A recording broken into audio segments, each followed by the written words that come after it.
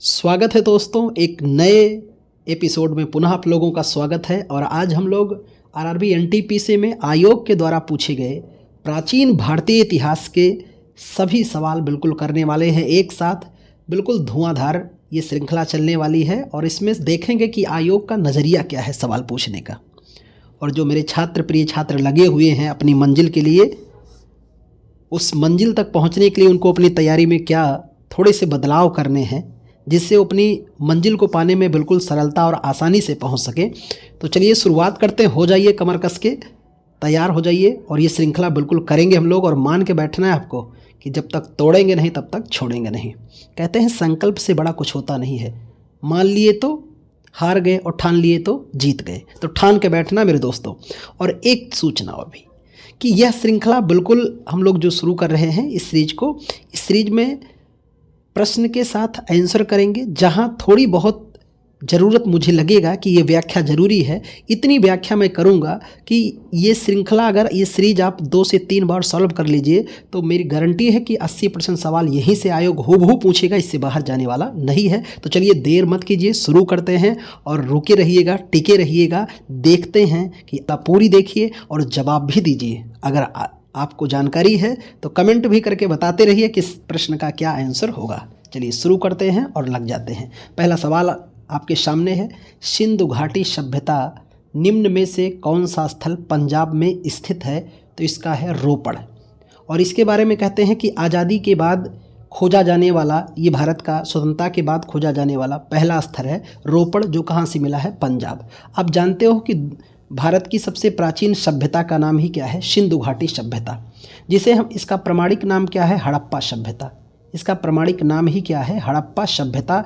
इसे हम लोग हड़प्पा सभ्यता के नाम से जानते हैं। और इस सभ्यता का सबसे लोकप्रिय नाम क्या है? सिंधु घाटी सभ्यता। क्योंकि ये सिंधु नदी के किनारे मिली थी इसलिए नाम सिंधु घाटी सभ्यता है।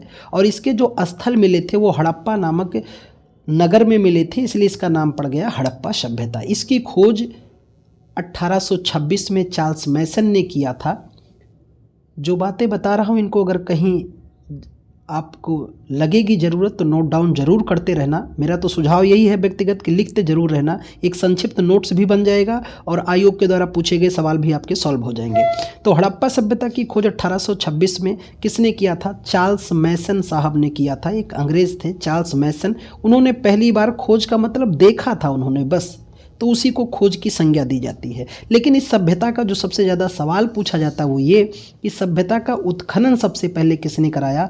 आप सब लोग भी जानते हैं, बड़ा ही मशहूर और प्रसिद्ध सवाल है। 1921 में दयाराम साहनी ने करवाया था। किसने कराया था? दयाराम साहनी ने हड़प्पा सभ्यता का उत्खनन कब कराया? 1921 में कराया था। किसके द्वारा? दयाराम साहनी के द्वारा। किस नगर का? हड़प्पा। और ये हड़प्पा किस नदी के किनारे है? रावी नदी के किनारे स्थित है। चलिए अगले सवाल पर चलते हैं। तो अगला सवाल ये रहा है कि सिंधु घाटी काल में शिल्प उत्पादन की सीपियाँ कहाँ से प्राप्त की जाती थीं? ये नागेश्वर से प्राप्त की जाती थी। कहाँ से? नागेश्वर, महाराष्ट्र के पास से ये प्राप्त की जाती थी। अधिकांश मानक हड़प्पाई मोहरें से बनी थी एक प्रकार का नरम पत्थर जो 2x2 आयाम के साथ आकार में चौकोर था और जिसका उपयोग व्यावसायिक उद्देश्यों के लिए किया जाता था। तो वो थी सेल खड़ी की। किसकी? सेल खड़ी की। तो हड़प्पा से जो मोहरें मिली हैं, मोहर आप जानते ही होंगे, ये मोहरें 2 स्वरूपों में ज़्यादा मिली हैं, कई रूपों में मिली पर 2 का ज़्यादा। एक वर्गाकार मोहरें मिली हैं और कुछ मोहरें अभिलेखीय मिली हैं। अभिलेखीय मोहरें मिली हैं और वर्गाकार भी मोहरें मिली हैं, कुछ घनाकार मोहरें भी मिली हैं। पर ये मोहरें बनी किसकी होती थी? सेल खड़ी की बनी होती थी। यह बात आपको ध्यान में रखना है विशेष। निम्नलिखित में से किस स्थान पर नटराज एक पाषाण पुरुष नृत्य करने वाली आकृति की खोज की गई है? तो यह खोज की गई हड़प्पा से। कहाँ से मिला है? हड़प्पा से। मैंने अभी बताया जिसकी खोज किसने किया? दयाराम साहनी ने 1921 में। ये किस नदी के किनारे है? रावी नदी के किनारे स्थित है। और कहते हैं ये हड़प्पा वर्तमान में पाकिस्तान में स्थित है। कहाँ पर? वर्तमान के पाकिस्तान में था पर उस समय के भारत में था हड़प्पा। और ये हड़प्पा के बारे में विशेष और भी ध्यान रखना है कि इसी हड़प्पा से ही R37 जो सवाल पूछे जा रहे हैं उन्हीं पर विशेष चर्चा यहाँ हो रही है। R37 और यच कब्रगाह का साक्ष्य कहाँ से मिला है, किस स्थल से मिला है, तो उसका नाम है हड़प्पा। R37 और यच आकार के कब्रगाह का साक्ष्य किस स्थल से मिला है, हड़प्पा सभ्यता से या हड़प्पा स्थल से मिला है। और इसी स्थल से एक मुहर मिली है और उस मुहर में एक स्त्री के गर्भ से एक पौधा निकलते हुए दिखाया गया है, जिसे संभवतः पृथ्वी माता का साक्ष्य माना जाता है। किसके माना जाता है, पृथ्वी माता का। लोथल स्थल से आप परिचित होंगे। हड़प्पा का ये मशहूर स्थल है जिसे हम लोग लघु हड़प्पा, लोथल को क्या कहते हैं, लघु हड़प्पा या लघु मोहनजोदड़ो कहते हैं। इसे लघु हड़प्पा या लघु मोहनजोदड़ो किस स्थल को कहते हैं, लोथल को, जो वर्तमान के गुजरात में है। और इस लोथल से बंदरगाह का साक्ष्य मिला है। कहाँ से, लोथल से बंदरगाह या डाक यार्ड या गोदीवाड़ा, कोई भी बात कहा जाए तो ये सभी साक्ष्य कहाँ से मिले हैं, लोथल से। साथ में यहाँ से अग्निवेदिका, जिन्हें आप हवन कुंड कहते हैं, उनके भी साक्ष्य कहाँ से मिले हैं, लोथल से। और यहाँ से मम्मी का मॉडल मिला है। मम्मी का मॉडल मतलब मम्मी कहाँ मिलते थे, तो मिस्र में। और वैसे ही मम्मी के साक्ष्य कहाँ मिले, लोथल से। तो इससे स्पष्ट होता है कि यहाँ से जो बंदरगाह थे वहाँ से अंतर्राष्ट्रीय व्यापार भी होता रहा होगा। अगले सवाल पर आते हैं। निम्नलिखित में से कौन सा स्थल सिंधु घाटी सभ्यता का हिस्सा नहीं है, तो इसका सही आंसर हो जाएगा उरुक। ये इसका हिस्सा नहीं है। मैंने कहा हड़प्पा जो है आपका, ये वर्तमान के पाकिस्तान में ही है। हड़प्पा किस नदी किनारे, अभी बात किया था, रावी नदी के किनारे। मोहनजोदड़ो किस नदी के किनारे, सिंध नदी के किनारे। और लोथल किस नदी के किनारे, भोगवा नदी के किनारे। और ये तीनों स्थल किस सभ्यता के हैं, हड़प्पा सभ्यता या सिंधु घाटी सभ्यता के स्थल हैं। निम्नलिखित में से कौन सा स्थल हड़प्पा स्थल शिल्प उत्पादन से जुड़ा नहीं था, यानी वहाँ शिल्प कार्य नहीं होते थे, तो वो था मांडा।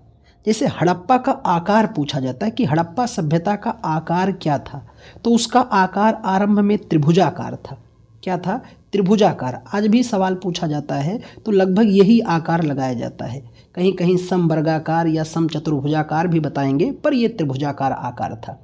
त्रिभुजाकार आकार कैसे हमें स्पष्ट होता है, तो इसके स्थलों से हम ज्ञात करते हैं। जैसे कि हड़प्पा का सबसे उत्तरतम स्थल ये था मांडा। क्या था, मांडा, जो वर्तमान के जम्मू कश्मीर में। और इसका दक्षिणतम स्थल जो था वो था दैमाबाद, जो कहाँ पर है, महाराष्ट्र में, दैमाबाद। इस सभ्यता का पूर्वोत्तर स्थल था आलमगीरपुर। और इसका जो पश्चिमोत्तर स्थल था उसका नाम था सुतका गेंडोर। क्या नाम था, सुतका गेंडोर। ये हड़प्पा सभ्यता का विस्तार था। पश्चिमी स्थल सुतका गेंडोर, जो बलूचिस्तान पाकिस्तान में है वर्तमान के। उत्तरी स्थल मांडा, जो जम्मू कश्मीर में है। पूर्वी स्थल आलमगीरपुर, जो उत्तर प्रदेश के मेरठ में है। दैमाबाद महाराष्ट्र। इसी आकार को हम लोग क्या कहते थे, त्रिभुजाकार। ऐसे मिला देंगे तो ये हड़प्पा सभ्यता का आकार जो था वो लगभग कैसा था, त्रिभुजाकार था। और हड़प्पा सभ्यता का जो क्षेत्रफल था वह आरंभ में 12,99,600 वर्ग किलोमीटर था, पर अभी लगातार इसका उत्खनन होते होते कितना हो चुका है, 20 लाख वर्ग किलोमीटर से अधिक हो चुका है इसका विस्तार। तो ये भी ध्यान में रखना। ये स्थल तो है हड़प्पा का हिस्सा, पर यहाँ शिल्प उत्पादन नहीं होता था। कहाँ, मांडा। और मांडा कहाँ है, जम्मू कश्मीर में। किस नदी किनारे, चिनाब। इसको भी आपको सुनकर ध्यान में रखना है। 1944 में किसने भारतीय पुरातत्व सर्वेक्षण के महानिदेशक के रूप में पदभार ग्रहण किया और हड़प्पा की खुदाई का कार्य किया था? उन महाशय का नाम था R.E.M. व्हीलर। क्या नाम था, R.E.M. व्हीलर। यहाँ एक तथ्य मैं आपको ध्यान दिलाना चाहूँगा कि हड़प्पा और मोहनजोदड़ो, हड़प्पा का उत्खनन किसने किया, दयाराम साहनी ने। मोहनजोदड़ो का उत्खनन किसने किया, राखाल दास बनर्जी ने। पर इस दोनों व्यक्ति ने किसके निर्देशन में ये उत्खनन किया था, सर जॉन मार्शल के निर्देशन में। राखाल दास बनर्जी ने मोहनजोदड़ो का उत्खनन 1922 में किया। दयाराम साहनी ने 1921 में हड़प्पा का उत्खनन किया था। निम्नलिखित में से कौन सा जानवर हड़प्पा सभ्यता की मोहरों पर अक्सर देखा जाता था? उस जानवर का नाम सांड है। क्या है, सांड का यहाँ की मोहरों पर उल्लेख मिलता है। हड़प्पा सभ्यता में कौन सा शहर लगभग विशेष रूप से शिल्प उत्पादन के लिए समर्पित था, जिसमें मनका बनाना, खोल काटना, धातु का काम करना, मुहर बनाना और वजन बढ़ाना शामिल था? तो वो था चन्हुदड़ो। चन्हुदड़ो जो है वर्तमान के पाकिस्तान में सिंध नदी के किनारे स्थित है। कौन सा शहर? चन्हुदड़ो। मोहनजोदड़ो भी वर्तमान के पाकिस्तान में है। हड़प्पा भी वर्तमान के कहाँ है? पाकिस्तान में। इस चन्हुदड़ो से मनके बनाने के कारखाने मिले हैं। मनका किसे कहते हैं? जो मोतियां होते हैं उन्हें गूंथने के, तो मनके बनाने के कारखाने मिले हैं। और यह इस चन्हुदड़ो से सौंदर्य प्रसाधन के साक्ष्य मिले हैं। किसके? सौंदर्य प्रसाधन, जानते होंगे जिसे आप मेकअप बॉक्स कहते हैं।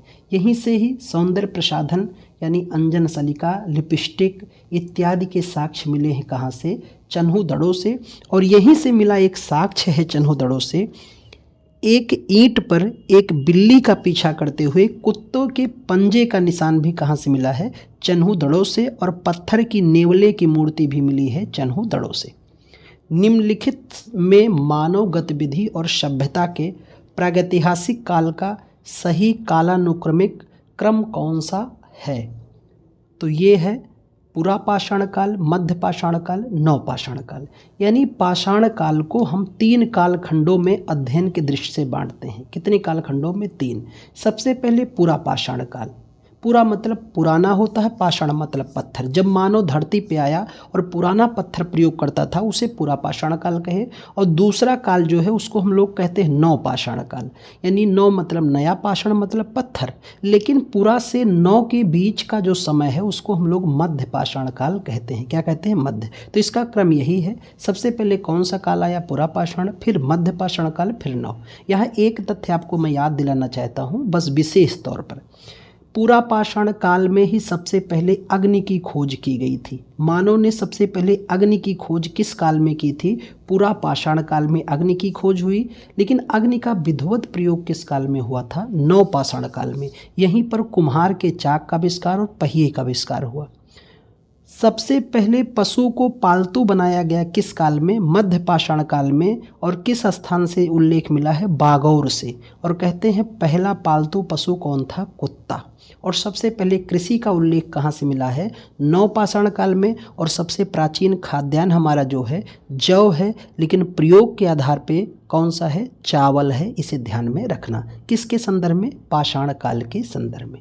अगले सवाल पर आते हैं। जर्मन और इतालवी पुरातत्वविदों की एक टीम ने मोहनजोदड़ो की सतह की खोज किस वर्ष शुरू की थी? 1980 में ये शुरुआत की गई थी। कब की गई थी? 1980 में पहल और शुरुआत की गई थी इन पुरातत्वविदों के द्वारा। सुरकोटदा का पुरातात्विक स्थल किस राज्य में स्थित है? गुजरात में। सुरकोटदा कहाँ पर है? गुजरात में स्थित स्थल है हड़प्पा सभ्यता का। वर्ष 1920-21 के आसपास खुदाई के दौरान हड़प्पा शहर किस नदी पर खोजा गया? अभी हम लोगों ने चर्चा किया रावी नदी पर। किस नदी के किनारे? रावी नदी के किनारे था हड़प्पा। सिंध नदी के किनारे है आपका मोहनजोदड़ो। लोथल था भोगवा नदी के किनारे। किस नदी किनारे? भोगवा। चन्हुदड़ो भी था किस नदी किनारे? सिंध नदी के किनारे था। ऐसे बनावली पढ़ेंगे घग्घर नदी के किनारे। ठीक है, तो ये जो हड़प्पा के स्थल हैं ये नदियों के किनारे ही पाए गए, क्योंकि हड़प्पा एक नगरीय सभ्यता है। मोहनजोदड़ो में पाया गया विशाल स्नानागार एक बड़ा किस स्वरूप में है? तो यह एक बड़ा आयताकार टैंक था। और इस स्नानागार को मार्शल महोदय ने विश्व का आश्चर्य बताया था। ये स्नानागार जो बना था भैया, इसमें उत्तर से और दक्षिण से उतरने के लिए सीढ़ियाँ बनी थी और बड़ा विशाल का स्नानागार बना था। इतिहासकारों, हमारे पुरातत्वविदों का मानना है कि इस स्नानागार में अक्सर किसी हिंदू धर्म के पर्व या सामरिक अवसर पर ही यहाँ पर लोग एकत्रित होते रहे होंगे और धार्मिक अनुष्ठानों पर स्नान करके जाते होंगे। बहुत बड़ा स्नानागार यहाँ से मिला है। कहाँ से? मोहनजोदड़ो से। निम्नलिखित में से किस धातु का सर्वप्रथम मनुष्य ने प्रयोग किया था? तो आप सभी जानते हैं तांबा। सबसे पहले मानव के द्वारा प्रयोग की गई धातु का नाम क्या है? तांबा। इसलिए इतिहास में हम लोग एक काल पढ़ते हैं, उसका नाम ही है ताम्र पाषाण काल। क्या नाम है? ताम्र पाषाण काल। ताम्र मतलब तांबा, पाषाण मतलब पत्थर। यानी मानव की सतबुद्धि जब हुई, थोड़ा सा और बुद्धि में विकास हुआ, तो मानव ने पाषाण के साथ किसका प्रयोग किया था? ताम्र पाषाण काल का। और इसमें हम लोग कई सभ्यताएं पढ़ते हैं, जैसे कायथा संस्कृति। कायथा बस सुन लेना है नाम, क्योंकि इस पर डिटेल आपको नहीं जाना है, क्योंकि आयोग डिटेल पूछेगा भी नहीं आपसे। ताम्रपाषाण काल की एक संस्कृति है कायथा संस्कृति, एक का नाम है मालवा संस्कृति, एक को हम लोग कहते हैं आहाड़ संस्कृति, आहाड़ संस्कृति, और इसी में एक नाम है जोरवे संस्कृति। ये सभी संस्कृतियाँ किस सभ्यता की या किस काल की हैं? ताम्रपाषाण काल की हैं। और इसमें सबसे नई ताम्रपाषाणकालीन संस्कृति है, उसका नाम क्या है? जोरवे संस्कृति। और सबसे पुरानी जो है उसका नाम है कायथा संस्कृति। इसे ध्यान में रखना। निम्नलिखित में से सिंधु सभ्यता के किस स्थल से जलाशयों के प्रमाण मिलते हैं? उसका नाम है कालीबंगा से। कालीबंगा का शाब्दिक अर्थ होता है काले रंग की चूड़ियाँ, और ये कहाँ से मिला है? राजस्थान से। और यह स्थल कहाँ पर है? राजस्थान में है। इसका शाब्दिक अर्थ होता है काले रंग की चूड़ियाँ। मित्र, यहाँ से अग्नि वेदिका का साक्ष्य मिला है, जिसे आप अग्निकुंड कहते हैं। तो अग्निकुंड के साक्ष्य कहाँ से मिले हैं? कालीबंगा से। और कालीबंगा से जो सबसे ज़्यादा क्वेश्चन पूछा गया वो ये कि जुते हुए खेत के साक्ष्य कहाँ से मिले हैं हमें? तो जुते हुए खेत के साक्ष्य दोस्तों मिले हैं कहाँ से?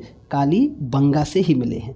लोथल पे मैंने बताया आपसे बंदरगाह या गोदीवाड़ा के साक्ष्य मिले हैं। धौलावीरा जो है इसे त्रिपुर कहते हैं, क्योंकि अक्सर हड़प्पा के स्थल दो नगरों में बटे हैं। एक को हम लोग कहते हैं पश्चिमी टीला और एक को हम लोग कहते हैं पूर्वी टीला कहते हैं। तो दो नगरों में, लेकिन अपवाद कौन है? धौलावीरा। ये 3 नगरों में बटा था, इसलिए इसे त्रिपुर कहते हैं। और धौलावीरा का एक याद रखना तथ्य कि कहाँ से स्टेडियम का साक्ष्य मिला है, तो धौलावीरा से। और धौलावीरा वर्तमान में कहाँ पर है? गुजरात में स्थित है। सिंधु घाटी सभ्यता के लोग डैश किसकी पूजा करते थे? तो पशुपत शिव की पूजा करते थे। किसकी करते थे? पशुपत शिव।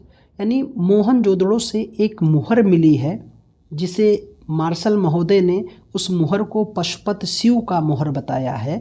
और ये जो पशुपत शिव योगी मुद्रा में मिला है, यानी एक योगी बैठा हुआ है और जिसे मार्शल महोदय ने शिव की प्रतिमा बताया। इस योगी के दाएं और बाएं पशुओं का अंकन है। दाएं इनके गैंडा और भैंसा है, गैंडा और भैंसा का अंकन है। और बाएं जो है इनके हाथी और बाघ का अंकन है। और नीचे 2 हिरन अंकित हैं। नीचे कितने हिरन? 2 हिरन अंकित हैं। ये उस मुहर पे दिखाई दिया है, जो मिला कहाँ से है? मोहनजोदड़ो से, जिसका शाब्दिक अर्थ होता है, मोहनजोदड़ो का शाब्दिक अर्थ होता है मृतकों का टीला, सिंध का बाग, स्तूप टीला या नखलिस्तान। अगले सवाल पर आते हैं।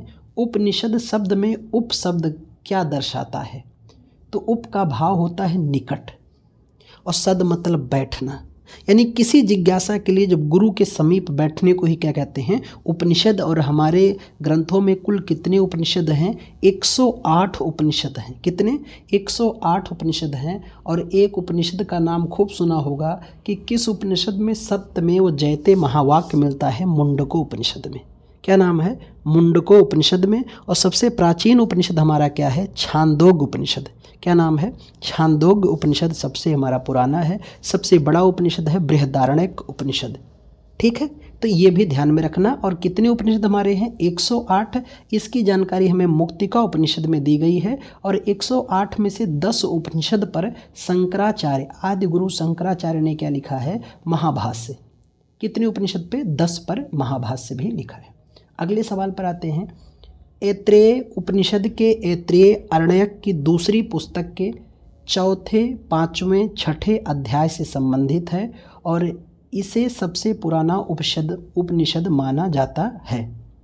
तो ये किस वेद का है जो सबसे पुराना माना जाता है? ऋग्वेद का। ऐत्रेय और कौशितकी ये ऋग्वेद के उपनिषद हैं। किसके हैं? ऋग्वेद के। हमारे वेद भी कितने हैं? 4। सबसे वेद कौन है? ऋग्वेद है आपका। सबसे बड़ा वेद भी कौन है? ऋग्वेद है। इसके बाद आया आपका सामवेद, संगीत का वेद सामवेद। 7 स्वरों का वेद सामवेद है। कहते हैं सबसे पहले गायन का उल्लेख किस वेद में मिलता है? सामवेद में ही मिलता है। उसके बाद आया यजुर्वेद। यज्ञों का वेद किसे कहते हैं? यजुर्वेद को। कर्मकांडों का वेद यजुर्वेद को। बलिदानों का वेद यजुर्वेद को। और सबसे नवीन वेद अथर्ववेद है। सबसे नया वेद कौन है? अथर्ववेद। सबसे पुराना है ऋग्वेद। तंत्र मंत्र का वेद अथर्ववेद। जादू टोना सांप वशीकरण चुड़ैल चंडाल का वेद किसे कहते हैं? अथर्ववेद को ही कहते हैं। चिकित्सा का उल्लेख भी किस में मिलता है? अथर्ववेद में। अंग और मगध का उल्लेख भी कहाँ मिला? अथर्ववेद में ही मिलता है।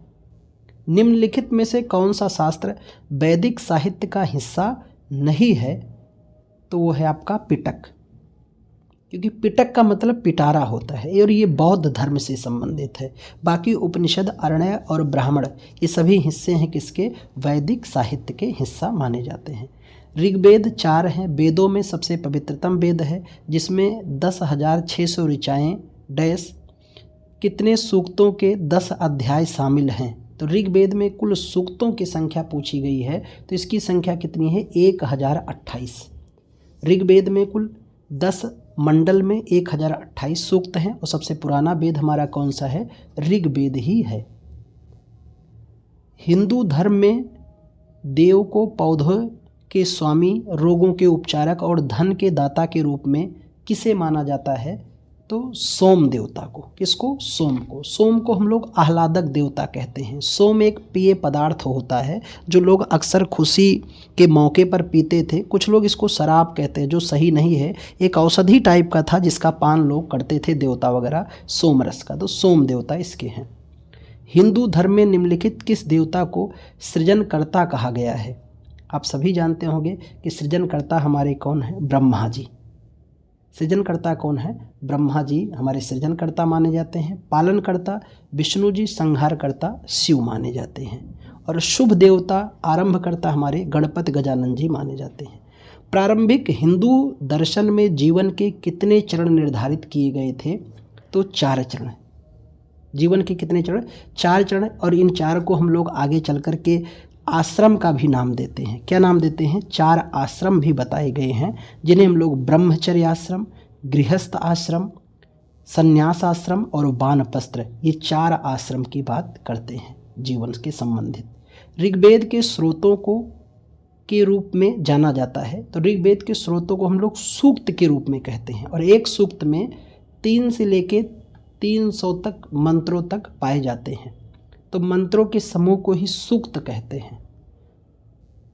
धर्म, हिंदू धर्म के अनुसार किस देवी और देवता को जगत का पालक और संरक्षक माना जाता है? देखो सवाल बार बार रिपीट कर रहा है। भगवान विष्णु को। अभी प्रश्न आया था कि हिंदू धर्म का सृजनकर्ता किसे कहते हैं? ब्रह्मा जी को। पालनकर्ता कौन है? विष्णु जी। और संहारक कौन है? भगवान शिव हैं। ध्यान में रखना। और यही त्रिदेव हैं। निम्न में से किस वेद को गीतों की पुस्तक, मंत्रों का वेद, यहाँ तक कि गीतों का योग वेद कहा जाता है? कितना सरल आसान सवाल है। आयोग ने किस तरह से घुमाया है। और आंसर बिल्कुल अभी हम लोगों ने इस पर डिस्कस किया है। उसका नाम है सामवेद। संगीत का वेद कौन है? सामवेद। 7 स्वरों का वेद सामवेद। और ऋग्वेद पर आधारित वेद का नाम भी क्या है? सामवेद। सबसे बड़ा वेद ऋग्वेद है, तो सबसे छोटा वेद कौन सा है? सामवेद ही है सबसे छोटा वेद। कि कितनी शाखाएं हैं? 2 शाखाएं हैं। कितनी शाखाएं हैं? 2 शाखाएं, शुक्ल यजुर्वेद और कृष्ण यजुर्वेद। जैसे हिंदी मास में 2 पक्ष होते हैं, शुक्ल पक्ष और कृष्ण पक्ष, ऐसे यहाँ 2 शाखाएं भी इनकी हैं। एक कृष्ण यजुर्वेद और दूसरा क्या है? शुक्ल यजुर्वेद। ये किसकी शाखाएं मानी जाती हैं? यजुर्वेद की, जिन्हें हम लोग यज्ञों का वेद, कर्मकांडों का वेद या चंपू शैली का वेद भी कहते हैं। किसको? यजुर्वेद को। इनमें से कौन से वैदिक देवता पृथ्वी स्थान की श्रेणी में शामिल किए गए हैं? तो मेरे मित्र, ऋग्वेद में, वेदों में 3 प्रकार के देवताओं की 3 श्रेणियां बताई गई हैं। अंतरिक्ष के देवता, आकाश के देवता और पृथ्वी के देवता। इनमें से बात किया गया है कि पृथ्वी के देवता की श्रेणी में किसे शामिल किया गया है? तो वो है बृहस्पति। कौन? बृहस्पति। लेकिन ध्यान में रखना, जो मैंने 3 प्रकार के देवता बताए, अंतरिक्ष के, आकाश के और पृथ्वी के, इन तीनों देवताओं में शामिल होने वाला एकमात्र कॉमन देवता कौन है? अग्नि, जो अंतरिक्ष में भी शामिल है, आकाश में भी शामिल है और पृथ्वी में। खूब पूछा जाता है। और वेद में, ऋग्वेद में सबसे अधिक बार किस देवता का उल्लेख है और सबसे प्रमुख देवता कौन है? उनका नाम है इंद्र। इनको वृत्तासुर हंता, वर्षा का देवता कहते हैं। किसको? इंद्र महाराज को कहा जाता है। प्राचीन भारतीय महाकाव्य को अब तक ज्ञात सबसे लंबे महाकाव्य के रूप में जाना जाता है और इसे अब तक लिखे गए सबसे लंबे महाकाव्य के रूप में वर्णित किया जाता है। तो महाकाव्य हमारा क्या है? महाभारत। हमारे दो बड़े महाकाव्य। सबसे पुराना महाकाव्य हमारा क्या है? रामायण। क्या है? रामायण, जिसकी रचना वाल्मीकि जी ने किया है। सबसे बड़ा महाकाव्य जो है उसको कहते हैं महाभारत। महाभारत में जिन्हें हम लोग अध्याय कहते हैं उसे महाभारत में पर्व कहते हैं। तो महाभारत में कुल कितने पर्व हैं? 18 पर्व हैं। और सबसे बड़ा महाकाव्य कौन है? महाभारत। और यही महाभारत का छठा पर्व जो है उसी में भगवत गीता का उल्लेख है। किसका? गीता के उपनिषद और भगवत गीता का उल्लेख है। छठे पर्व को ही भीष्म पर्व कहते हैं। कौन सा पर्व कहते हैं? भीष्म। तो सबसे पुराना महाकाव्य क्या है? रामायण। सबसे बड़ा कौन है? महाभारत है। वैदिक ग्रंथों के अनुसार संघहित्री का क्या कार्य होता था? तो उसका कार्य होता था कोषाध्यक्ष या खजांची था, जो उसको पूरा पैसे को एकत्रित करना इसकी जिम्मेदारी थी। वेंकटेश्वर, जिन्हें वेंकटचलपति, श्रीनिवास और बालाजी के नाम से जाना जाता था, ये हिंदू धर्म के भगवान के रूप थे। किसके? भगवान विष्णु के ही रूप माने जाते थे। ठीक है, किसके? भगवान विष्णु के रूप माने जाते हैं। हिंदू धर्म में पुरुषार्थ जीवन के लक्ष्य के माध्यम से जीवन में पूर्ण भागीदारी को प्रोत्साहित करता है।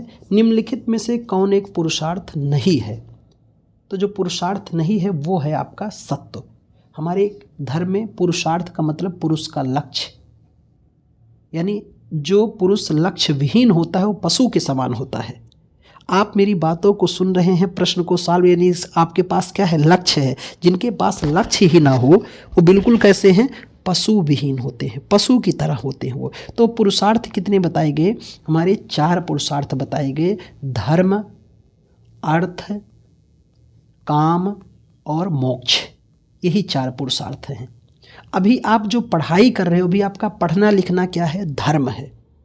अभी पूरा कार्य क्या है? धर्म है। तो अपने धर्म से खिलवाड़ मत करो। जितना अच्छा धर्म होगा नौकरी लगेगी, तो अर्थ पूरा करोगे। अर्थ पूरा जब होगा तो आपका विवाह होगा। फिर यहाँ पर आप बाल गोपाल अपने संतानोत्पत्ति करेंगे। नाती पनाती छनाती देखकर जब फेफड़ा भर जाएगा तो भगवान का नाम लेना और क्या प्राप्त कर लेना? मोक्ष।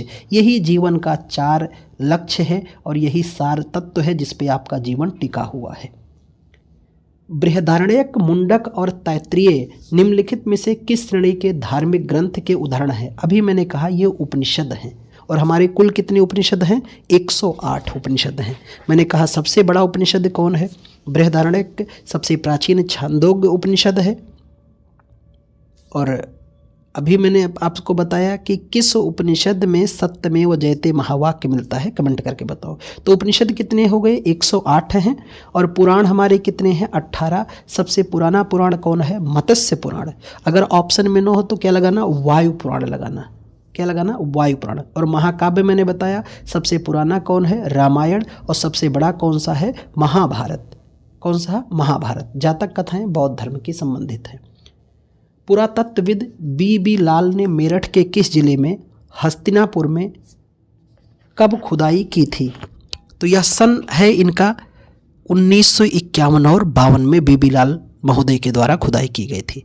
यजुर्वेद का उपवेद धनुर्वेद है। यह किससे संबंधित है? तो इसका संबंध ही है युद्ध और कला से। हमारे 4 वेद हैं, 4 उपवेद भी हैं। 4 वेद, ऋग्वेद, सामवेद, यजुर्वेद, अथर्ववेद, ऐसे इनके एक एक क्या हैं? उपवेद भी हैं। भारत में वैदिक काल की अवधि क्या मानी जाती है? तो भारत में वैदिक काल की अवधि मानी जाती है 1500 ईसा पूर्व से लेके 500 ईसा पूर्व तक। बीसी मतलब बिफोर क्राइस्ट। ईसा मसीह के जन्म के पहले की घटना को हम लोग, ईसा मसीह के जन्म के पहले की घटना को हम लोग क्या कहते हैं? ईसा पूर्व लिखते हैं या बीसी लिखते हैं, बिफोर क्राइस्ट, और बाद की घटना को हम लोग एडी कहते हैं, एनो डोमनी, या आप ईसवी कहते हैं। क्या कहते हैं? ईसवी के नाम से जाना जाता है। तो वैदिक काल को दो भागों में बांटा गया, एक पूर्व वैदिक काल और दूसरा उत्तर वैदिक काल, लेकिन यहाँ केवल वैदिक काल की अवधि पूछा गया है। वेदों के निम्नलिखित अंगों में कौन सा जटिल शब्दों के स्पष्टीकरण और अर्थ के लिए जाना जाता है? तो उसका नाम है निरुक्त। क्या कहते हैं? निरुक्त। तो वेदांग के 6 अंग होते हैं, शिक्षा, ज्योतिष, कल, व्याकरण, निरुक्त और छंद। यही 6 अंग वेदांग के हिस्से बताए गए हैं। निम्नलिखित में से कौन सा वेद रोगों के उपचार की बात करता है? तो हम लोगों ने बात किया कि सबसे बाद का वेद अथर्ववेद, ब्रह्म वेद किसे कहते हैं? अथर्ववेद कहते हैं। चिकित्सा का वेद भी किसे कहते हैं? अथर्ववेद। तंत्र, मंत्र, जादू, टोना, साप, वशीकरण का वेद भी कौन है? अथर्ववेद ही है। भारत के राज्य प्रतीक में एक उद्धरण है, सत्यमेव जयते, जो देवनागरी में अंकित है। उद्धरण कहाँ से लिया गया? मेरे मित्र, अगर आप बिल्कुल सिंसियर छात्र हैं, केवल आए गए ऐसे छात्र नहीं हैं, क्योंकि इस वीडियो पे कई छात्र आ रहे जा रहे हैं, क्योंकि उनके बस की बात नहीं है। मंजिलों को पाना सबके बस की बात नहीं। आवेदन करना आसान है, परीक्षा को देकर और रिजल्ट आए उसमें अपना नाम ढूंढ लेना ये मुश्किल है। ये सबके बस की बात नहीं है। जो जग रहे हैं, जो लगे हैं, ये लक्ष्य उन्हीं के लिए है, सबके लिए नहीं। बाकी वो रील ही चला रहे दिन भर, तो रील नहीं, ये उन छात्रों के लिए जो रील देख रहे हैं। तो चलो कमेंट करके बताओ कि सत्यमेव जयते महावाक्य किस उपनिषद से लिया गया है। अभी हम लोगों ने इस पर व्याख्या की और मैं ये देखना चाहता हूँ कि क्या आप सही कमेंट कर पा रहे हो कि नहीं। महाभारत के अनुसार भीष्म और हिडिंबा का पौत्र कौन था? बर्बरीक। क्या नाम था? बर्बरीक था। महाभारत का मूल नाम क्या है? तो महाभारत को हम लोग किस नाम से जानते हैं? इसे हम लोग जय संहिता कहते हैं। क्या कहते हैं? जय संहिता। इसे हम लोग भारत भी कहते हैं और इसे हम लोग महाभारत भी कहते हैं। तो मूल नाम इसका क्या है? जय संहिता के नाम से भी जाना जाता है। इसमें 18 पर्व हैं। छठे पर्व को भीष्म पर्व कहते हैं और सबसे बड़ा महाकाव्य हमारा क्या है? महाभारत ही है। कठोपनिषद में नचिकेता नामक एक किशोर और देवता के बीच हुई वार्तालाप दर्ज है। निम्नलिखित में से कौन सा देवता नचिकेता से बात कर रहे थे? तो यम नचिकेता संवाद मिलता है। किसका? भगवान यम और नचिकेता का बड़ा प्रसिद्ध और मशहूर मार्मिक संवाद इसमें वर्णित है। महाभारत के उस चरित्र का नाम क्या है जिसे महाभारत का युद्ध देखने के लिए दैवीय दृष्टि का आशीर्वाद प्राप्त हुआ? यह दृश्य देखकर दृष्टिहीन राजा धृतराष्ट्र को युद्ध के घटनाक्रम का वृतांत सुनाता है। अरे भाई मेरे मित्र, केवल हर चीज पढ़ने से नहीं आती। कई बार अगर महाभारत आपने देखा होगा, एक व्यक्ति का नाम सुना होगा, संजय, लाइव टेलीकास्ट कर रहे थे, पूरे कुरुक्षेत्र की घटनाओं को लाइव टेलीकास्ट बता रहे थे। किसे? धृतराष्ट्र को, क्योंकि ये जन्मांध थे, जन्म से ही अंधे थे। तो धृतराष्ट्र को पूरी घटना बता रहे थे कौन? संजय साहब बता रहे थे। जैन धर्म में जैन शब्द संस्कृत के जिन से लिया गया है, जिसका अर्थ अर्थात जिसने सभी मानवीय भावावेशों पर विजय प्राप्त कर ली है। तो इसका अर्थ है विजेता। जिन का अर्थ क्या होता है? विजेता। और जैन धर्म में कुल 24 तीर्थंकर हुए हैं। कितने तीर्थंकर? 24 तीर्थंकर हुए, जिसमें पहले तीर्थंकर का नाम था ऋषभ देव या आदिनाथ और 24वें और आखिरी तीर्थंकर हैं महावीर स्वामी। इसलिए जैन धर्म के संस्थापक की बारी जब भी पूछा जाए तो जैन धर्म के संस्थापक ऋषभ देव, लेकिन वास्तविक संस्थापक कौन है? महावीर स्वामी हैं। कुल कितने तीर्थंकर हैं? 24। तो ये भी याद में आपको संजोकर रखना है। जैन धर्म से संबंधित जल मंदिर का निर्माण किस व्यक्ति के द्वारा करवाया गया था? राजा नंदिवर्धन ने करवाया था। किसने कराया था? राजा नंदिवर्धन के द्वारा यह कराया गया था। पार्श्वनाथ, अभी मैंने बताया पहले तीर्थंकर का नाम क्या है? ऋषभ देव। 23वें तीर्थंकर कौन थे? पार्श्वनाथ। और 24वें कौन थे? महावीर स्वामी। दिगंबर संप्रदाय इनमें से किस धर्म से संबंधित है? जैन धर्म से। तो जैन धर्म में 2 संप्रदाय आपको ध्यान में रखना है। एक का नाम है दिगंबर, जो नग्न रहते हैं, जो जैन साधु नग्न रहते हैं उन्हें दिगंबर, और जो सफ़ेद वस्त्र पहने रहते हैं उन्हें श्वेतांबर। ऐसे बौद्ध धर्म में भी कितने संप्रदाय? 2 संप्रदाय। एक का नाम है हीनयान और दूसरे का नाम महायान। तो बौद्ध धर्म के दो संप्रदाय हीनयान और महायान, जैन धर्म के दो संप्रदाय दिगंबर और श्वेतांबर, ऐसे इस्लाम के दो प्रमुख संप्रदाय, एक का नाम है शिया और दूसरे का नाम है सुन्नी, शिया और सुन्नी। तो याद रखना आप। दिगंबर संप्रदाय का धर्म किससे संबंधित था? तो अभी हम लोगों ने बात किया जैन धर्म से। किससे? जैन धर्म से। निम्नलिखित में से कौन सा आगम जैन धर्म में अहिंसा का वर्णन करता है? तो ये वर्णन करने वाला है सूत्र कृतांक सूत्र में वर्णन मिलता है किसका? अहिंसा का। जैन धर्म में अहिंसा का सबसे ज़्यादा अनुपालन किया गया है। किस पर? अहिंसा पे जोर दिया गया, हिंसा न करना। अहिंसा का तात्पर्य क्या है? हिंसा न करना। जैन धर्म में सबसे कड़ाई से अगर अनुपालन किसी बात का किया गया है तो अहिंसा का। जैसे पंच महाव्रत बताए गए हैं, सत्य, अहिंसा, ये पंच महाव्रत भी नहीं कहते हैं, संत, सत्य, अहिंसा, अस्तेय, अपरिग्रह और ब्रह्मचर्य, यही पांच, इनको पंच महावाक्य कहते हैं या इन्हें पंचव्रत के नाम से जानते हैं। सत्य मतलब सदा सत्य बोलना, अहिंसा मतलब हिंसा न करना, अस्तेय मतलब चोरी न करना, अपरिग्रह मतलब धन एकत्रित मत करना, ब्रह्मचर्य मतलब इंद्रियों पर नियंत्रण करना। जी हाँ, जब तक पढ़ाई करो अपनी इंद्रियों को कंट्रोल करो, किसी का भी दृश्य याद नहीं आना चाहिए, केवल और केवल अपना नोट्स, अपना सिलेबस, इसके इतर कुछ नहीं। क्योंकि जितना बेहतर अपने धर्म को करोगे उतना अच्छा अर्थ होगा, और अर्थ जब खूब बेहतर होगा तो आपके जीवन में बिल्कुल उनका आगमन हो जाएगा जिनके लिए हृदय फड़फड़ा रहा है। अगले सवाल पर चलते हैं। वर्धमान महावीर जैन धर्म के किस नंबर के तीर्थंकर थे? तो ये उन छात्रों के लिए छोड़ता हूँ जो बिल्कुल सीरियस हैं और लगे हुए हैं, कमेंट करके बताएं। अभी हम लोगों ने इस पर बात किया। स्वामी महावीर स्वामी का जन्म कहाँ हुआ था? तो इनका जन्म हुआ था कुंडग्राम में, वैशाली के कुंडग्राम में इनका जन्म हुआ। किसका? महावीर स्वामी का।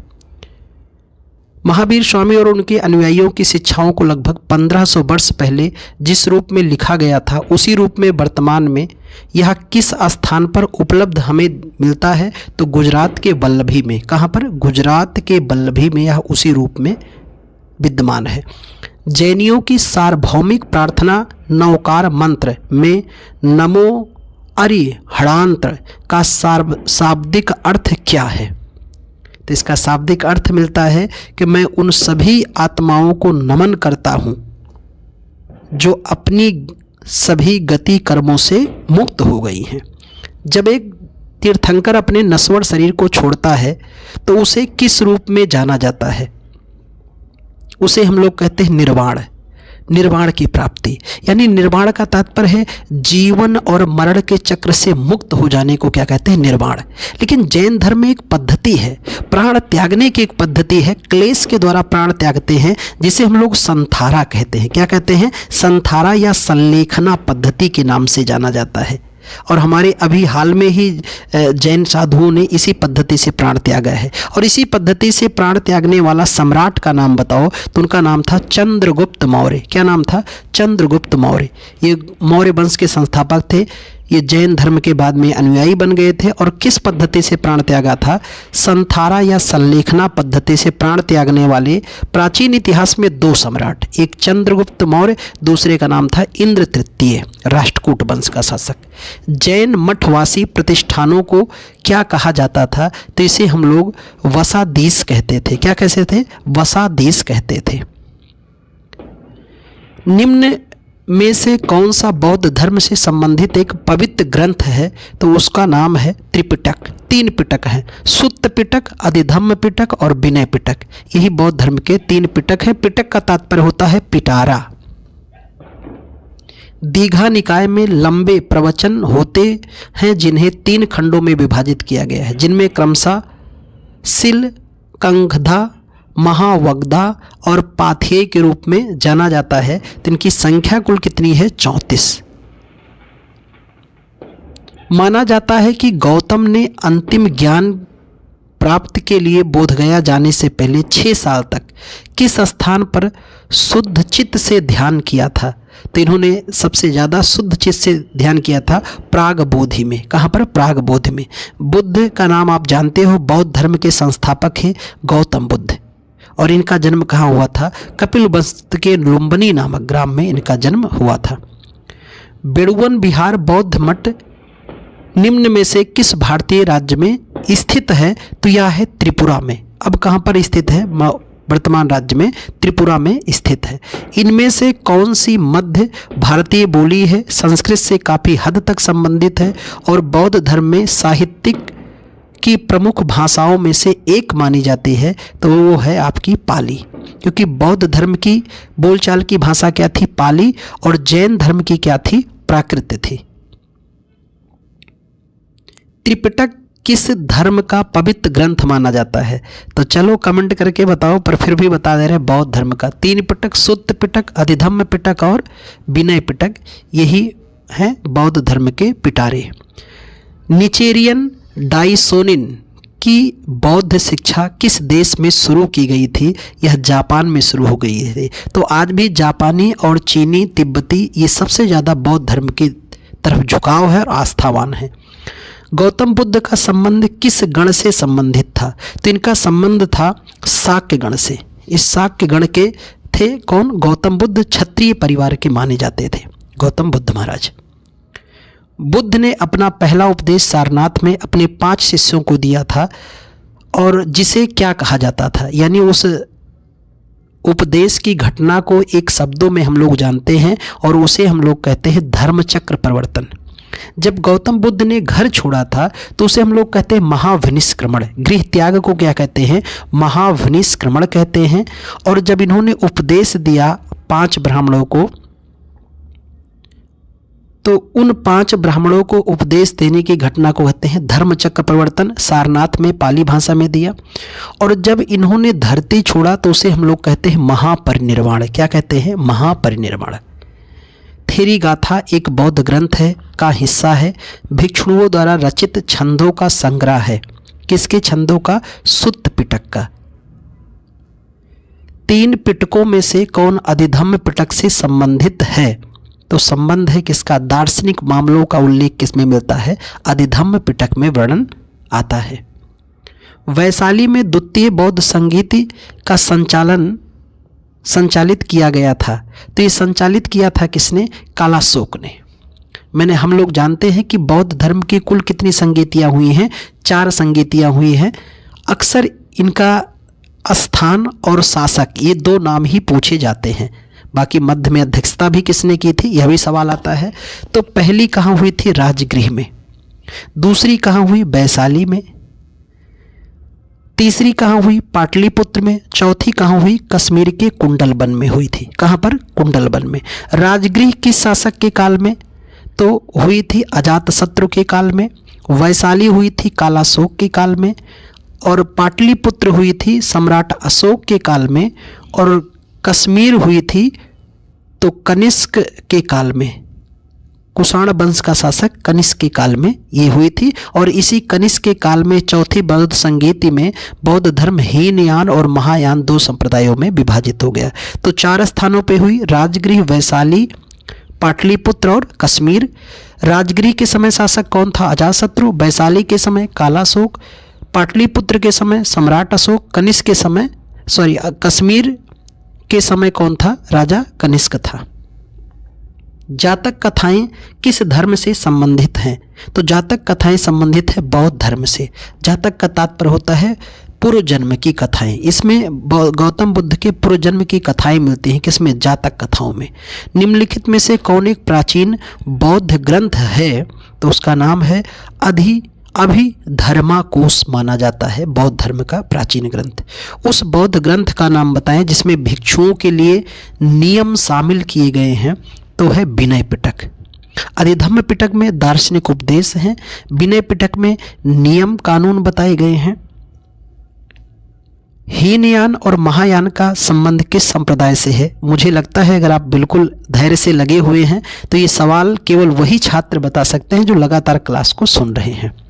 गौतम बुद्ध का जन्म कहाँ हुआ था? अभी हम लोगों ने बात किया है। कहाँ पर? लुम्बिनी में, जो वर्तमान के नेपाल क्षेत्र में है। निम्नलिखित में से गौतम बुद्ध के किस उपदेश को अग्रि उपदेश के नाम से जाना जाता है? तो वह है आपका आदित्य पर्याय सूत्र के नाम से जानते हैं उसको। दिए गए विकल्पों में कौन कथन सही नहीं है? गलत कथन की पहचान करना है कि चरक संहिता बुद्ध के निजी चिकित्सक थे। गलत, क्योंकि चरक जो थे ये 6ठी शताब्दी ईसा पूर्व के पास आए थे और ये इन्हें बुद्ध के दरबार में भेजा था हर्यक वंश के राजा बिंबिसार ने। तो चरक इनके निजी चिकित्सक नहीं थे, बल्कि इलाज के लिए इनको भेजा गया था दरबार में। निम्नलिखित में से कौन सा स्थल बौद्धों के तीर्थ स्थलों में से नहीं है? तो दिए गए विकल्प के अनुसार जो आपका पहला ऑप्शन है वही नहीं है, ग्वालियर। बाकी बोध गया, सारनाथ, कुशीनगर ये सब आज वर्तमान में कहते हैं कि वह गौतम बुद्ध का जो समाधि स्थल है वो कहाँ है? कुशीनगर में। ज्ञान इनको कहाँ प्राप्त हुआ था? बोध गया में। उपदेश कहाँ दिए थे? सारनाथ में दिए थे। बोधिसत्व की अवधारणा डैश किससे जुड़ी हुई है? तो यह अवधारणा जुड़ी है महायान बौद्ध धर्म से।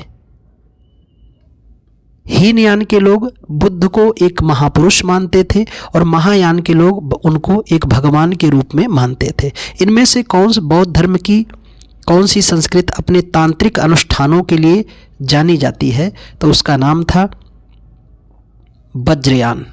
क्या नाम था? वज्रयान था। बौद्ध धर्म की किस शाखा को महान वाहन या बृहत कहा जाता था? तो महायान को। किसे कहते थे? महायान। महायान के लोग उच्च मार्गी माने जाते थे और हीनयान के लोग निम्न मार्गी माने जाते थे। बौद्ध धर्म में अभय मुद्रा का क्या अर्थ माना जाता है? तो इसे निर्भीकता कहते हैं। अभय मुद्रा का मतलब निर्भीक हो, आप किसी से डर नहीं रहे हो। वास्तुकला में मुख्य रूप से चैत्य, विहार, स्तूप, स्तंभ होते थे, तो ये सभी बौद्ध धर्म के होते थे। चैत्य का मतलब है पूजा परक, जहाँ पूजा किया जाता है उसे चैत्य कहते हैं। विहार का मतलब है निवास स्थान। विहार का मतलब जो निवास, जहाँ ये भिक्षु रहते थे उसे निवास को क्या कहते थे? विहार कहते थे। स्तूप मतलब ढेर या थूहा, जहाँ पर इन भिक्षुओं की मृत्यु के बाद इन्हें दफनाया जाता था उसे स्तूप कहते थे। स्तंभ यानी पिलर जो लगे होते थे, धार्मिक आख्यान लिखे होते थे, उन्हें स्तंभ कहते थे। 16 महाजनपदों के संदर्भ में निम्नलिखित में से कौन सा एक राजधानी शहर नहीं है इस विकल्प के अनुसार? तो वह है आपका अवंती। कितने महाजनपद? 16 महाजनपद। इनका उल्लेख बौद्ध ग्रंथ अंगुत्तर निकाय और जैन ग्रंथ भगवती सूत्र में मिलता है। 16 महाजनपदों में एकमात्र महाजनपद जो दक्षिण भारत में था उसका नाम क्या था? अस्मक था। क्या नाम था? अस्मक, जो गोदावरी नदी के तट पर था। और इसके 2 स्थल पाकिस्तान में है वर्तमान के, कंबोज और गांधार। ये दोनों महाजनपद वर्तमान के कहाँ हैं? पाकिस्तान में। और इस 16 महाजनपदों में केवल एक महाजनपद सबसे ज़्यादा विस्तृत हुआ, उसका नाम आप जानते भी हैं, मगध साम्राज्य। क्या नाम है? मगध साम्राज्य। पाटलिपुत्र में हस्तांतरित होने से पहले निम्न में से कौन सा कई वर्षों तक मगध की राजधानी थी? तो मगध की कई वर्षों तक राजधानी रही है राजगृह या गृहब्रज, और फिर यहाँ से हस्तांतरित होने के बाद राजधानी क्या बनी? पाटलिपुत्र। पाटलिपुत्र के बाद हस्तांतरित हुई तो क्या बनी? कन्नौज। इसे ध्यान में रखना कि मगध की सबसे पहले राजधानी क्या थी? राजगृह व गृहब्रज। फिर यहाँ से ट्रांसफर होकर कहाँ ले जाया गया? पाटलिपुत्र में मौर्य काल तक, मौर्योत्तर काल तक, और मौर्योत्तर काल के बाद राजधानी किसे बनाया गया? कन्नौज को बनाया गया था। कौशल, अंग, काशी और वज्जी सभी क्या थे? तो ये सभी के सभी जो थे 16 महाजनपद के अंग थे। किसके? 16 महाजनपद के अंग माने जाते थे। निम्नलिखित में से कौन मगध राज्य की राजधानी थी? तो अभी हम लोगों ने बात किया कि मगध राज्य की कितनी राजधानियां थी, तो उसमें एक राजगृह या गृहब्रज, राजगृह या गृहब्रज राजधानी थी। बाद में मगध की राजधानी पाटलिपुत्र बनी और सबसे बाद में क्या बनी? कन्नौज बनी थी। मौर्य शासन के दौरान निम्नलिखित में से किस प्रांत को कर्नाटक में सोने की खान का केंद्र माना जाता था? स्वर्णगिरी को। किसको? स्वर्णगिरी को, या वर्तमान की हट्ठी की खान को सोने की खान माना जाता है। अशोक के अधिकांश अभिलेख डैश किस भाषा में है, जबकि उपमहाद्वीप के उत्तर पश्चिम में आर्माइक और ग्रीक में भी हैं? तो सबसे ज़्यादा इनके मिलते हैं प्राकृत भाषा में। अशोक के अभिलेख अधिकांशतः किस में मिलते हैं? प्राकृत भाषा में उल्लेखित मिलते हैं। और भारत में अभिलेख का जनक, अभिलेख लिखवाने वाला पहला सम्राट कौन है? तो अशोक ही हैं भारत के। किस मौर्य सम्राट ने 272 से 268 या 231 ईसा पूर्व के अपने शासनकाल के दौरान चट्टानों पर अपने शिलालेख खुदवाए थे? तो उनका नाम क्या है? सम्राट अशोक है। निम्नलिखित में से कौन कौटिल्य से संबंधित है? तो कौटिल्य का ग्रंथ का नाम क्या है? अर्थशास्त्र, जिसमें 18 खंड विभाजित हैं।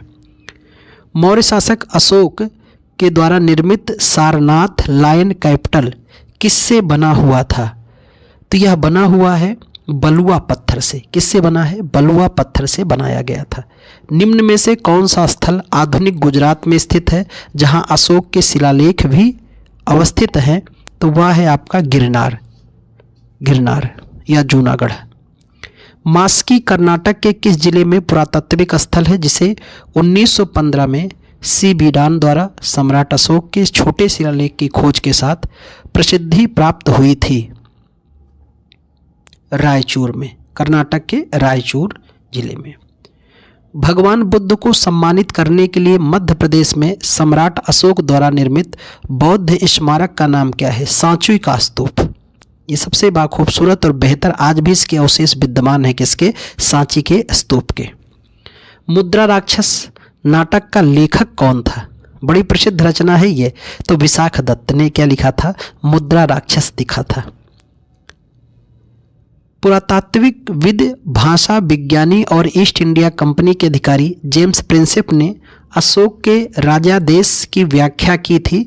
किस वर्ष इसकी व्याख्या इनके द्वारा किया गया था? तो जेम्स प्रिंसेप ने 1837 में। कब किया था? 1837 में व्याख्या किया था। प्रसिद्ध बौद्ध संरचना धमेक स्तूप का निर्माण मूल रूप से किस वंश के शासन के द्वारा किया गया था? मौर्य वंश के द्वारा। और मौर्य वंश का संस्थापक था चंद्रगुप्त मौर्य।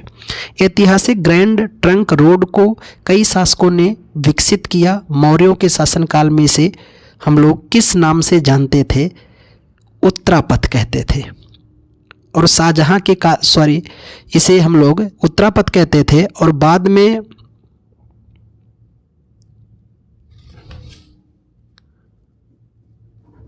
ऐतिहासिक ग्रांड ट्रंक रोड कई शासकों ने विकसित किया।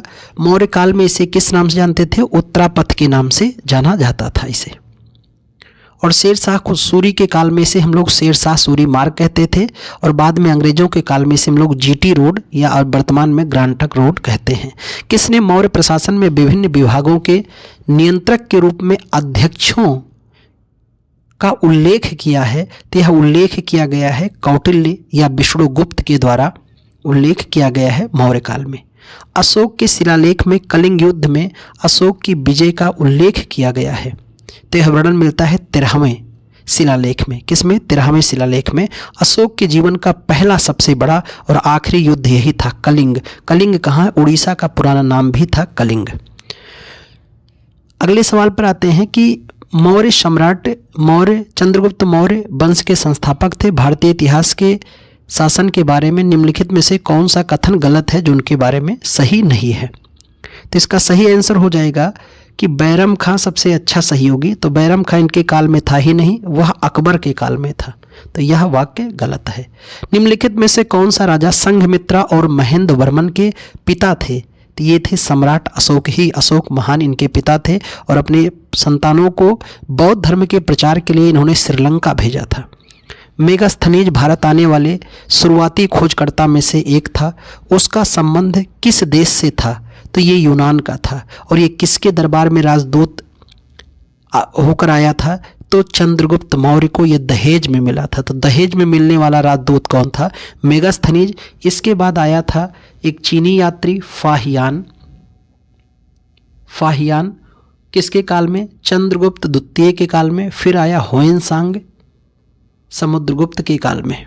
तो ये यात्रियों का नाम ध्यान में रखना। प्रयाग प्रशस्ति या इलाहाबाद स्तंभ शिलालेख हमें उपलब्धियों के बारे में जानकारी देता है। किसकी उपलब्धियां बताता है? समुद्रगुप्त। भारत का नेपोलियन किसे कहते हैं? समुद्रगुप्त को कहते हैं। उनकी जानकारी देता है। साथ में सम्राट अशोक की जानकारी ये स्तंभ लेख देता है। जहांगीर सलीम की जानकारी देता है। बीरबल की जानकारी हमें इसी में मिलती है। निम्नलिखित में से कौन चंद्रगुप्त द्वितीय के 9 रत्नों में से एक है? तो चंद्रगुप्त के दरबार में 9 रत्न थे। 9 रत्न मतलब 9 मंत्री, उसमें एक था वराहमिहिर। कालिदास, वराहमिहिर, छपड़क, धनवंतरी, बरुचि, घटकर्पण, शंकु, बैताल भट्ट, ये सभी 9 रत्न किसके दरबार के? चंद्रगुप्त द्वितीय। और अकबर के दरबार में भी कै रत्न थे? 9 रत्न थे।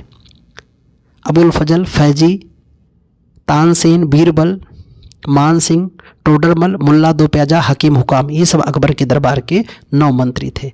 प्रारंभिक भारतीय इतिहास के सबसे महत्वपूर्ण शासकों में चंद्रगुप्त द्वितीय की पुत्री का नाम क्या था? तो इनका नाम था प्रभावती गुप्ता। भुक्ति, भोग, विषय, वीथि और मंडल का संबंध किससे है? तो ये गुप्त काल में प्रशासनिक विभाग होते थे। नालंदा विश्वविद्यालय को व्यापक रूप से प्राचीन विश्व के महान विश्वविद्यालयों में एक और अकादमिक उत्कृष्टता के एक महत्वपूर्ण बौद्ध केंद्र के रूप में मान्यता प्राप्त है। इसकी स्थापना किस भारतीय शासक ने की थी? कुमार गुप्त प्रथम ने, जो गुप्त वंश के शासक थे। और गुप्त काल को संस्कृति का स्वर्णकाल भी कहते हैं, संस्कृति और साहित्य का स्वर्णकाल। किस काल को भारतीय इतिहास का स्वर्णकाल? अभी देखो बात किया, किसको? गुप्त काल को कहते हैं। इसी में कालिदास जैसे महाकवि रहते थे, जिन्होंने रघुवंशम और कुमार संभव जैसी बड़ी रचनाएं किया। गुप्त साम्राज्य का निम्नलिखित में से कौन सा राजा एक अच्छा बीना वादक था? तो उनका नाम था समुद्रगुप्त। तो बीना बजाने वाले 2 बड़े शासकों का नाम मिलता है, एक समुद्रगुप्त, दूसरे का नाम औरंगजेब। ये दोनों क्या बजाते थे? बीना। और दुनिया का सबसे प्राचीनतम वाद्य यंत्र क्या है? बीना। माँ सरस्वती का वाद्य यंत्र भी क्या है? बीना। इलाहाबाद स्तंभ की ऊंचाई कितनी है जिस पर समुद्रगुप्त से जुड़े शिलालेख हैं? तो इसकी कुल ऊंचाई है 35 फीट। 4वीं शताब्दी की शुरुआत में गुप्त शासकों ने एक छोटा सा साम्राज्य स्थापित कर लिया था। यह स्थापित किया था कहाँ पर? मालवा, यानी वर्तमान का मध्य प्रदेश। हर्षवर्धन निम्नलिखित में से किस वंश से संबंधित था? तो उसका संबंध था पुष्यभूति वंश, या इसी को हम लोग वर्धन वंश कहते हैं। नागानंद एक संस्कृत नाटक जो नागाओं को बचाने के लिए विद्याधर राजा जिमूत वाहन के आत्म बलिदान की लोकप्रिय कहानी बताता है। इसका श्रेय किस सम्राट को दिया जाता है? तो मित्र, इसका दिया जाता है हर्ष को, सम्राट हर्ष को। राजा हर्षवर्धन के दरबारी कवि का नाम क्या था? खूब पूछा गया ये सवाल है। बाणभट्ट। किसके दरबारी कवि थे? राजा हर्षवर्धन के। इनमें से कौन सा चीनी यात्री नालंदा आया, छात्र और शिक्षक दोनों रूप में रहा था? तो उनका नाम है ह्वेनसांग, जिसे नीतियों का पंडित, यात्रियों का राजकुमार कहते थे। किसे? ह्वेनसांग को। एक चीनी यात्री बौद्ध भिक्षु था जिसे नालंदा बौद्ध शास्त्रों का अध्ययन किया और 627 से 643 ईस्वी तक भारत 17 वर्षों की लंबी यात्रा के लिए वो प्रसिद्ध रहा है। कौन? ह्वेनसांग ही थे, जिन्होंने इतने समय तक यहाँ पर गुजारे। चोल राजवंश के शिलालेखों के अनुसार वह भूमि जो मंदिरों को उपहार में दी जाती थी उसका नाम था त्रिपुरामक्तुकनी। कहीं कहीं ब्रह्मदेय भी उसका चर्चा में लाते हैं कि ब्रह्मदेय नाम भी मिलता है। भारत के निम्नलिखित में से किस मंदिर को महान जीवित चोल मंदिर कहा जाता है? तो उस मंदिर का नाम है तंजावुर में बृहदेश्वर मंदिर का नाम। तंजौर चित्रों की उत्पत्ति किस राजवंश के समय की गई थी? तो यह उत्पत्ति मिलती है चोलों के काल में। और चोल जो है दक्षिण भारत के यही एकमात्र वंश है जिसकी नौसेना और जिसके कहते हैं आज भी जो स्थानीय स्वशासन है, ग्राम पंचायत स्वशासन, सबसे बेहतर और सबसे व्यवस्थित किसकी थी? चोलों की ही मानी जाती थी। चोल शिलालेख में गुरुकुल के अनुरक्षण हेतु प्रदान की गई भूमि को किस नाम से जाना जाता था? तो इसे हम लोग साला भोग कहते थे। क्या कहते थे? साला भोग के नाम से जाना जाता था। निम्नलिखित में से किसे इस्लाम का संस्थापक माना जाता है? हजरत मोहम्मद पैगंबर को। इस्लाम में कुल 1,14,000 पैगंबर बताए गए हैं, जिसमें आखिरी पैगंबर कौन थे? हजरत मोहम्मद पैगंबर, जिनका जन्म ही कहाँ हुआ? मक्का में। और इन्होंने मक्का से मदीना की यात्रा की थी जिसे हिजारत कहते हैं। 622 ईस्वी में यहीं से हिजरी संवत की शुरुआत होती है। ईसाई धर्म के उस पवित्र ग्रंथ का नाम क्या है जिसे 2 भाग हैं? पुराना नियम जो अनिवार्यतः यीशु के समय काल का हिब्रू ग्रंथ, और नया नियम जिसमें यीशु मसीह के प्रारंभिक चर्च के बारे में है, उस वह लेख शामिल है। तो वह लेख शामिल है उसको हम लोग बाइबिल कहते हैं। क्या कहते हैं? बाइबिल। ईसाइयों का सबसे पवित्र ग्रंथ क्या है? बाइबिल। हिंदू का भगवद गीता और इस्लाम का क्या है? कुरान। ईस्टर, टोकरी, इनमें से किस धर्म से संबंधित है? तो इसका संबंध ईसाइयों से संबंधित है। मुस्लिमों के उस पवित्र ग्रंथ का नाम क्या है जो सर्वशक्तिमान एवं सर्वदयी ईश्वर और उनकी रचनाओं के बीच संबंध का वर्णन किया है? आप सभी जानते हैं, कुरान। अल्लाह का उपदेश है कुरान।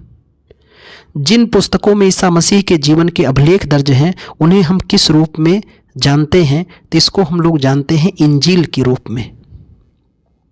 निम्न में से कौन से हिंदू धर्म की प्रमुख दार्शनिक विचारधारा है? तो उसका नाम है वैशेषिक। पैगंबर मोहम्मद के कथनों का दैनिक शिक्षाओं को उनकी मृत्यु के बाद उनके अनुयायियों द्वारा संकलित किया गया, तो उसे हम लोग किस नाम से आज जानते हैं? हदीस कहते हैं। निम्न में से कौन सा ईसाई धर्म संस्थापक का जन्म स्थान है? तो यह जन्म स्थान है बेथलहम। भारत में ईसाई धर्म लाने वाला व्यक्ति किसे माना जाता है? पहला व्यक्ति कौन था जो भारत में ईसाई धर्म लाया था? Saint Thomas. यही भारत में आया था प्राचीन इतिहास में। संगम साहित्य की रचना किस शास्त्रीय भाषा में हुई है? तमिल में। संगम साहित्य की रचनाएं तमिल भाषा में की गई। इस्लाम अरब में पैगंबर मोहम्मद साहब द्वारा प्रख्यापित एक प्रमुख विश्व धर्म है। किस सदी में यह प्रख्यापित हुआ था? 7वीं सदी के पास में। हिंदू धर्म में अद्वैत सिद्धांत का प्रतिपादन किसने किया था? तो यह प्रतिपादन करने वाले थे हमारे आदि गुरु शंकराचार्य। कालिदास की निम्नलिखित में से कौन सी रचना भगवान शिव देवी पार्वती के पुत्र कार्तिकेय के जन्म के संदर्भ पर आधारित है? तो कालिदास की वो रचना है कुमार संभव। कुमार संभव, रघुवंशम, मेघदूत, ऋतुसंहार, मालविकाग्निमित्रम, अभिज्ञान शकुंतलम, ये सभी रचना है कालिदास की। कालिदास को भारत का शेक्सपियर कहते हैं। राजकवि थे चंद्रगुप्त द्वितीय विक्रमादित्य के। संस्कृत व्याकरण के विकास की शुरुआत पाणिनि ने अपनी पुस्तक से की थी। तो यह विकास की शुरुआत की थी अष्टाध्यायी से। किससे? अष्टाध्यायी पाणिनि की सबसे प्रसिद्ध रचना मानी जाती है, व्याकरण वस्तु है। माधवाचार्य ने माधव निदान की रचना की, जिसमें अध्याय विशिष्ट रूप से रोगों को ज्ञात करने पर आधारित है। 69 रोगों के निदान पर आधारित यह ग्रंथ है। नीचे दिए गए विकल्प में एक चुने जो कालिदास के विक्रमोस वीर्यम के नाटक में चित्रित किया गया है। तो आख्यान है पूर्वा उर्वशी की प्रेम कथानक कहानियों का। इसमें खूब बेहतर और सुंदर चर्चाएं हैं। निम्नलिखित में से किस भाषा में कालिदास ने अपनी कविता मेघदूत लिखी थी? तो उन्होंने संस्कृत भाषा में लिखी थी। मूल भाषा क्या है? संस्कृत। देव भाषा संस्कृत, आर्य भाषा संस्कृत, पंडितों की भाषा संस्कृत। मठ के एक मंदिर में कुषाण शासकों की विशाल मूर्तियां स्थापित हैं। निम्नलिखित में से किस राज्य में यह स्थित है? तो उत्तर प्रदेश में स्थित हैं। गुढ़ाढय की एक पैसाची भाषा में लिखा है। गुढ़ाढय ने जो लिखा उनकी रचना मशहूर है बृहत कथा। ये पैसाची भाषा में लिखी गई है। महान साहित्यकृत मृच्छकटिकम किसने लिखा है? शूद्रक की रचना है मृच्छकटिकम। विशिष्टता द्वैत दर्शन के संस्थापक किन्हें माना जाता है? रामानुजाचार्य को। निम्नलिखित में से किस विरासत स्थल में वास्तुकला की द्रविड़ शैली है? तो उसको हम लोग कहते हैं हम्पी, जो कहाँ पर है? कर्नाटक में है। ने ब्राह्मी और खरोष्ठी लिपियों की व्याख्या की जो पहले शिलालेखों में उपयोग की जाती थी। ये व्याख्या करने वाले ब्रिटिश थे, जेम्स प्रिंसेप ने यह व्याख्या किया था। प्राचीन काल में एक व्यक्ति को एक वस्तु के विरुद्ध तौला जाता था। वस्तु के वजन के बराबर मूल्य दान में दिया जाता था।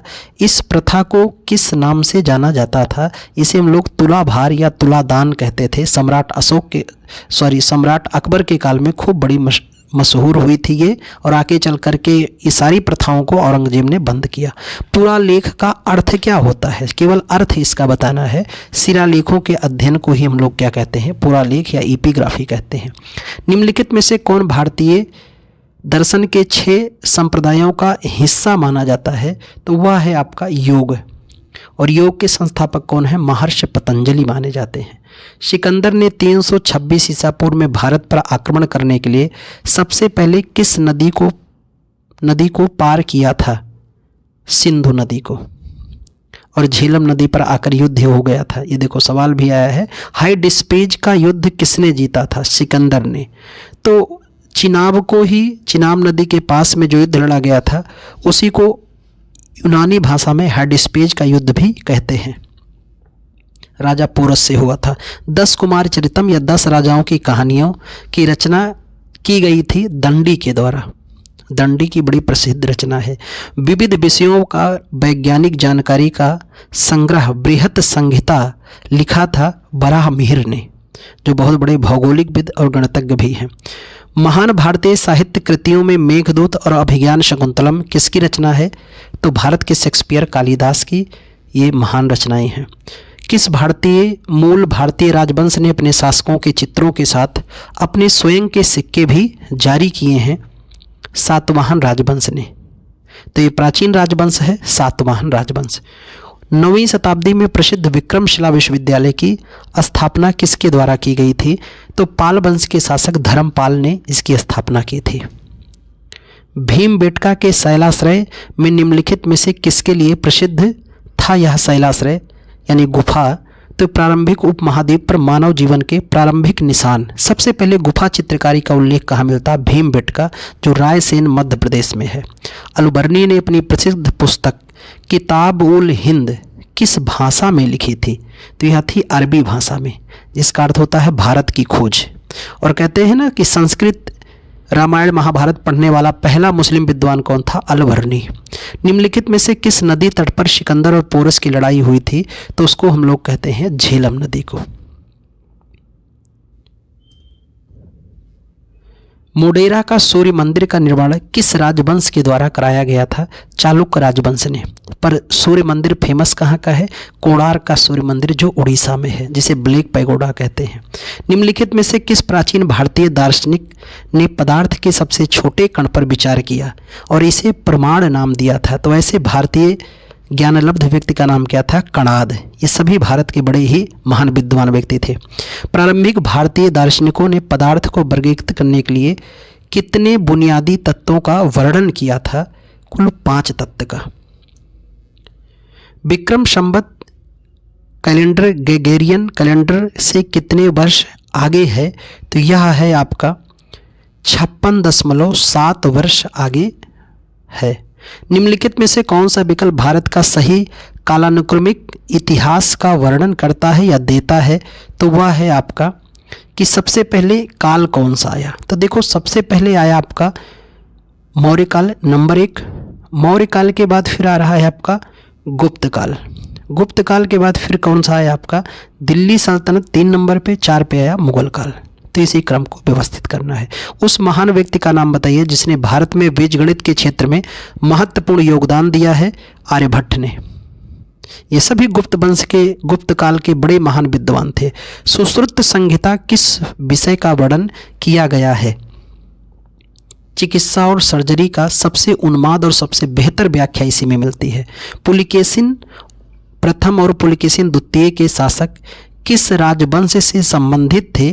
चालुक्य राजवंश से संबंधित ये बताए गए हैं। राजा सिंह विष्णु डैश किस वंश के शासक माने जाते थे? तो ये बताए गए हैं पल्लव वंश के शासक, जो दक्षिण भारत का एक वंश था। आधुनिक आंध्र प्रदेश की भाग वारंगल की राजधानी रुद्रमादेवी निम्नलिखित में से किस राजवंश से संबंधित थी? काकतीय राजवंश से संबंधित ये महिला थी। भारतीय राष्ट्रीय पंचांग के काल आधारित हैं किस संवत पर आधारित है? तो ये है आपका शक संवत पर आधारित है।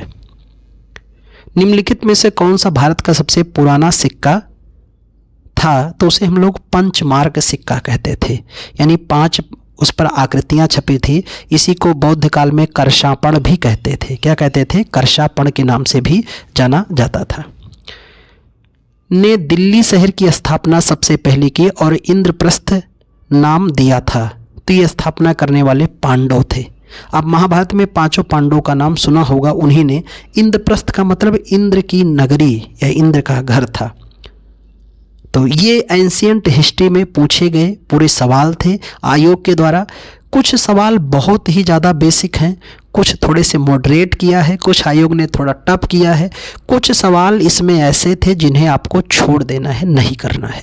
पर आधे से अधिक सवाल ऐसे हैं जो बहुत ही सहज लल्लन टॉप सवाल हैं, उनको बिल्कुल गोरा भरो और एक पद सुरक्षित करो।